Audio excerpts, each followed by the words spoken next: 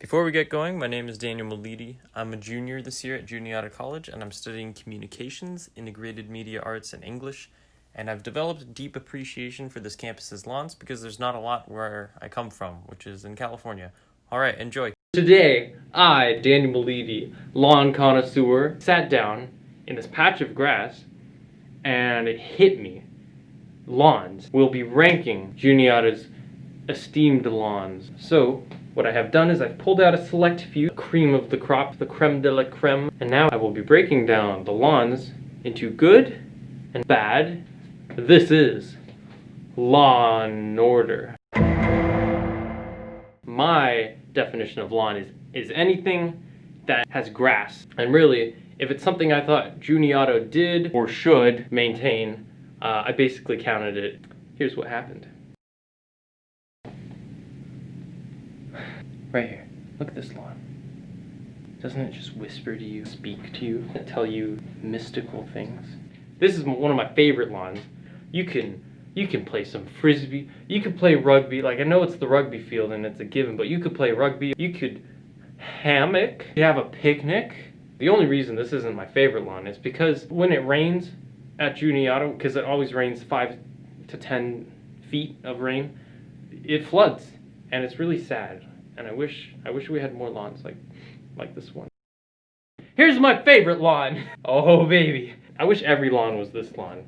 But if that was the case, then it would be less special. Right here, oh my gosh, it's a pastoral area and there's sunlight coming in and you can smell the nature, breathe in freedom. It's a fantastic picnic area.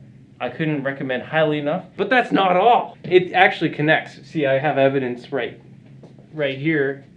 Right here, it actually connects to another lawn. They look like two lawns, but they're one lawn. This one has a great little area. Little bite-sized morsel of delicious, savory wilderness enjoyment. There's a picnic table. There's like an Adirondack chair, but it's not made out of wood. It's actually made out of like the plastic stuff, like where you sit in it and it doesn't get warm, or like if it rains, it's not like all weird and damp. I would highly recommend this lawn. This is my favorite lawn on campus.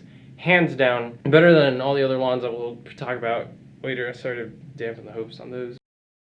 Oh, this might be the largest lawn at Juniata. I'll crunch the numbers for you at a later time. It's got the observatory.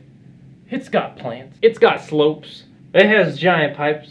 Like, what is that? This lawn is actually the one that goes up the big hill. So if you're ever in your car and you're like driving, and you go up the lawn, you go up the hill, and you look over to like the direction, and you're like, oh, you said with your family, oh, it's the lawn. That's the lawn I'm talking about. It's so spacious. It is a great place to lay out like a picnic blanket and just go eat with your friends. And it's just an overall wholesome lawn. This is the kind of lawn you tell your wee tykes about. You'd be like, back in the day when I went to Juniata, there was a real patch of grass. Now, before I talk about the bad lawns, I just wanted to point out that there are many hard-working people at Juniata that work to maintain these lawns, and I couldn't be more appreciative for them. And so I would like to give a little applause for the hard workers. This guy right here, Mark's pretty cool. That's Mark. They're not all winners. And we know that. We figured. But my God, if these lawns aren't the most strangest, ludicrous, absolutely out of the cage. Oh, what is that? However, there's one lawn in particular that really stands out. The major problem with this lawn is that at the end of its life, the lawn cannot look back and say, I've done so much, I've accomplished so much, and I really gave it my all. Do you remember that poem in like Interstellar? Matthew McConaughey is like, my daughter, she's gonna get older, and like the old guy's like, oh, do not go gentle, and blah, blah, blah. This lawn forks no lightning. This lawn is the antithesis of human progress, and by that I mean it's really not that good. It's weak. Cars drive over it for breakfast. It really shouldn't be there. I hate to be an advocate of lawn that like this lawn should not be there, but it really shouldn't. Cars just treat it as asphalt. But if I had to add anything to be a convincing argument, I feel like it would be difficult to mow this lawn. Think of the people that mow the lawns.